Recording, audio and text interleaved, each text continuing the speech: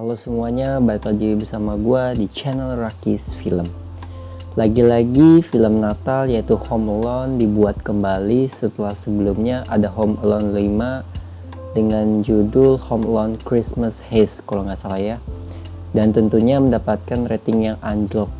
Entah kenapa Fox Studio itu selalu ingin membuat film Home Alone lagi dan lagi. Nah, kali ini ada lagi yang baru dengan judul Home Sweet Home Alone.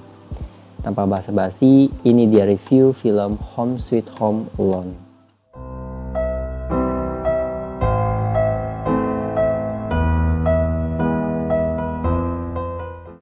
Film yang benar-benar bagus, terhibur dan menyenangkan, jatuh kepada Home Alone 1 dan 2. Iya, di sini gua nggak akan bilang Home Sweet Home Alone itu bagus. Ya, dikarenakan beberapa poinnya. Kita mulai dari segi cerita. Sedikit berbeda dari film terdahulunya yang mana pencurinya itu ya emang beneran pencuri. Pekerjaan mereka itu maling orang. Nah, di film ini penyusupnya atau pencurinya itu sebenarnya bukan pencuri yang menekuni pekerjaan itu. Mereka hanya keluarga sepasang kedua orang tua bernama Jeff dan Pam yang sedang berada di krisis ekonomi. Dan untuk keluar dari permasalahan itu, mereka harus jual rumahnya atau boneka yang seharga miliaran. Tapi boneka yang mau dijual hilang dan mereka beranggapan si Max lah yang mencuri. Nah, si Max ini adalah tokoh utama dari film Home Alone. Home Sweet Home Alone ini memiliki cerita yang lebih wow, dalam arti ya kalian tahu lah sendiri. Bahkan menurut gue masih oke cerita Home Alone yang keempat, meskipun yang Home Alone 4 itu ya banyak yang gak suka juga. Dari cerita Home Sweet Home Alone ini aja terkesan buru-buru, pengen ngeliatin bagaimana karakter Max sendirian di rumah dan melawan penyusup yang masuk ke rumahnya. Dari awal film udah gak ada perkenalan karakter yang bisa kita rasakan chemistry-nya. Contohnya aja, si Max punya banyak sepupu, tapi ini cuma diliatin bentar aja, cuma numpang lewat aja. Bahkan kakaknya Max ini cuma peran sekedar lewat juga. Kalau kita bandingin dengan film Home Alone terdahulu, chemistry antara keluarganya tokoh utama itu masih kita rasakan. Seperti Home Alone yang 1-2 yang pemerannya Macaulay Culkin. Lebih dapat chemistry-nya antara keluarganya, mulai dari sepupu, kakak, sampai paman dan bibinya. Tapi di film ini ya udah, mereka cuma ngekopi Home Alone 1 dan 2 tanpa tanpa lebih mendalami peran-peran keluarganya si Max ini. Di film ini aja karakter Max kita kurang dapetin rasa belas kasihannya.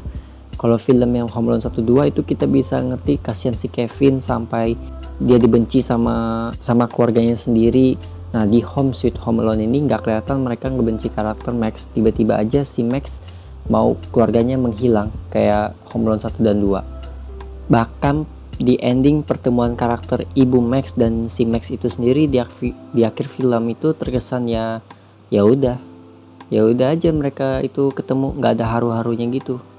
Kemudian karakter Jeff dan Pam itu juga naik turun ya, nggak jelas. Seperti awalnya itu Jeff mau mencuri bonekanya, tapi Pam nggak mau karena takut masuk penjara dan kasihan sama anaknya. Tiba-tiba out of nowhere si Pam mau mencuri bonekanya, entah karena bisikan setan atau dia nggak mau jual rumahnya. Padahal dengan melakukan itu sebenarnya dia bodoh amat dengan anaknya kan, meskipun dia lakukan itu buat anaknya.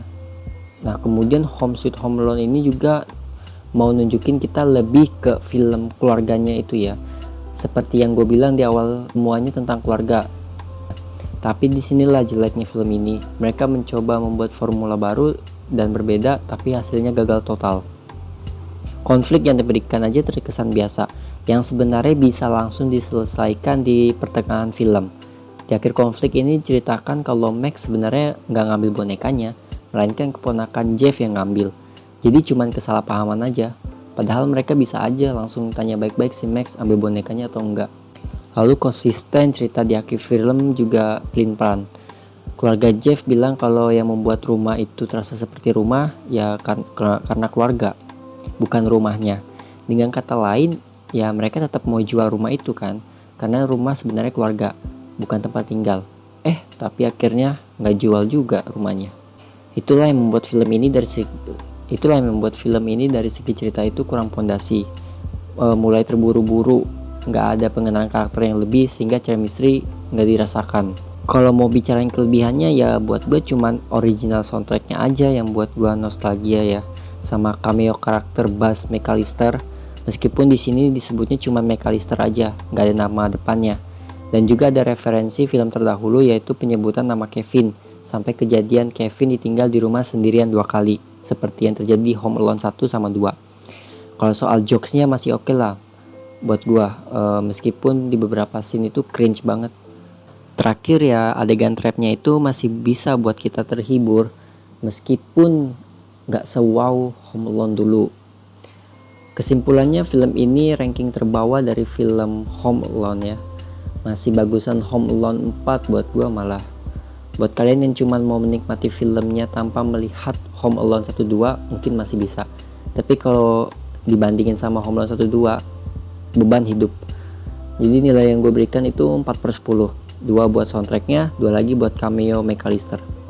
Jadi itu saja review dari gua. Terima kasih bagi yang nonton. Like, komen, dan subscribe. Nantikan konten gua selanjutnya. Gua Rakis, signing out. Bye-bye.